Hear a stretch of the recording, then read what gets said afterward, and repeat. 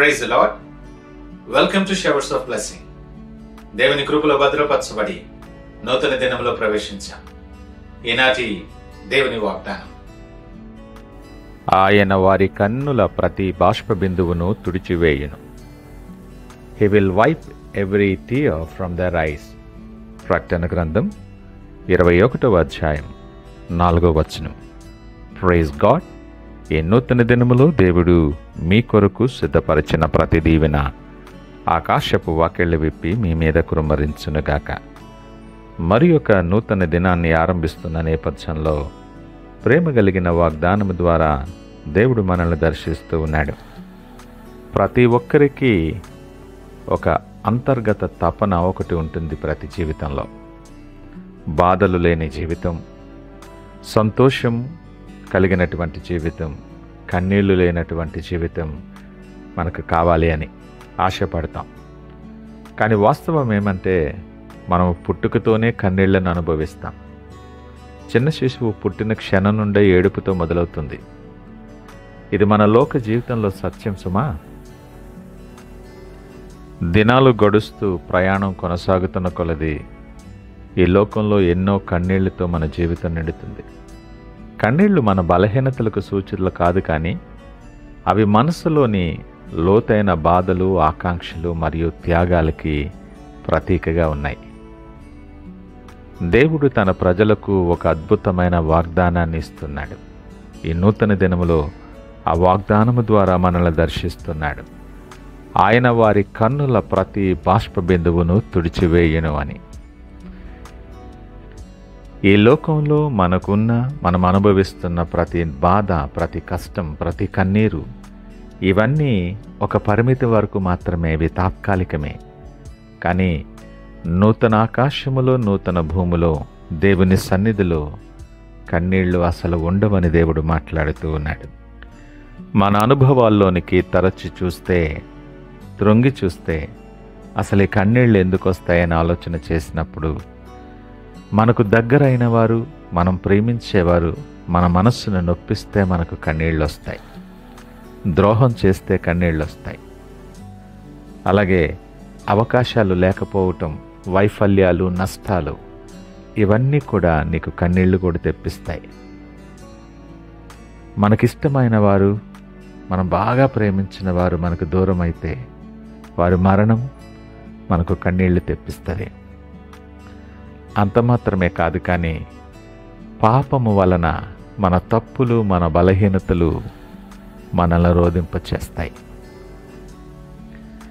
ఇవన్నీ కూడా ఈ లోకములో మనము జీవిస్తున్నప్పుడు ఈ లోకానికి సంబంధించిన తాత్కాలికమైన కన్నీళ్లు. ఇవన్నీ దేవుడు శాశ్వతముగా తుడిచివేయబోతున్నాడు.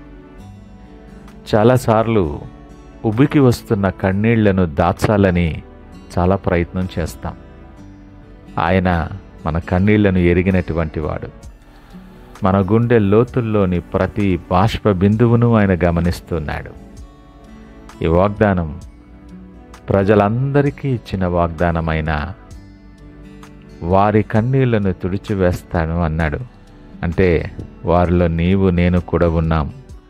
ఇది మన వ్యక్తిగతంగా దేవుడు ఇచ్చే అనుభవం అని గమనించాలి.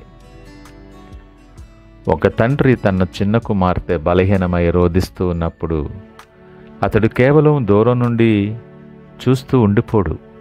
వెంటనే దగ్గరకు వెళ్ళి ఆమె కన్నీళ్లను తుడుస్తాడు, ప్రేమతో చేర తీసుకుంటాడు. ఇది తండ్రి ప్రేమ. ఇదే విధంగా దేవుడు తన ప్రజల ప్రతి కన్నీటి బిందువును తుడిచివేస్తానని వాగ్దానము చేస్తున్నాడు.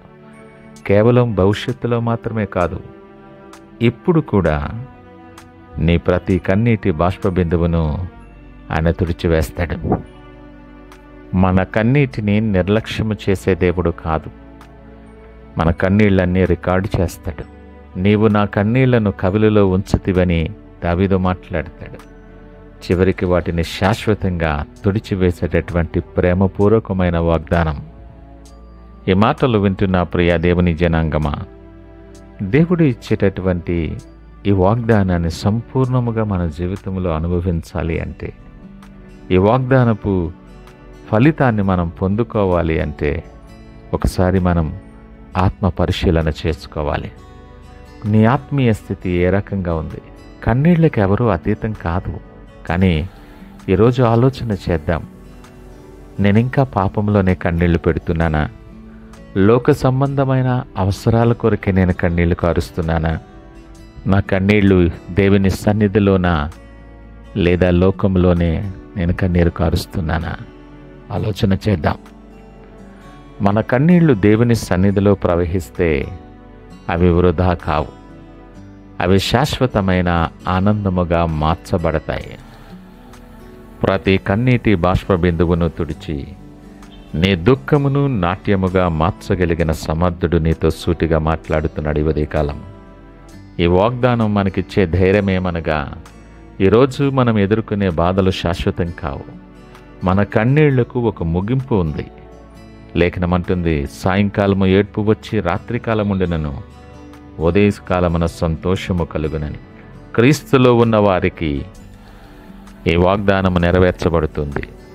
ఇది స్వతంత్రించుకోవటానికి మనము క్రీస్తుతో నడవాలి. ఆయనలో విశ్వాసం ఉంచాలి. ఆయన పాదముల దగ్గర, ఆయన సన్నిధిలో నీ కన్నీళ్లు కారిస్తే అవి తుడిచబడి శాశ్వత ఆనందాన్ని పొందుకుంటాం.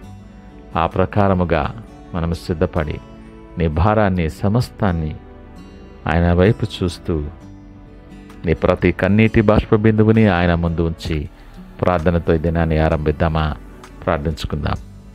మహోన్నతుడు, నమ్మకమైన మా యేసయ్య, స్తోత్రాలు, వందనాలు. ఈ ఉదయకాలం మాతో మీరు మాట్లాడారు దేవా, మీకు వందనాలు. అవును ప్రభా, మా కన్నీళ్లు శాశ్వతంగా తుడిచే దేవుడు అని మమ్మలను ధైర్యపరిచారు. మీకు వందనాలు. మా భవిష్యత్తులో ఒక నమ్మకం, మా ఆధ్యాత్మిక ధైర్యం నీ వాగ్దానం ద్వారా మేము పొందుకోవటానికి మమ్మల్ని నిలవబెట్టి బలపరిచారు. మీకు వందనాలు. ఇదిగో మా ప్రతి కన్నీటి బాష్ప బిందువును, ప్రతి భారాన్ని నీ సన్నిధిలో నీ పాదముల యొద్ద ఉంచుతూ ఉన్నాం. నీ దగ్గరికి వచ్చు వారిని ఎవరిని త్రోసివేయని దేవుడువు.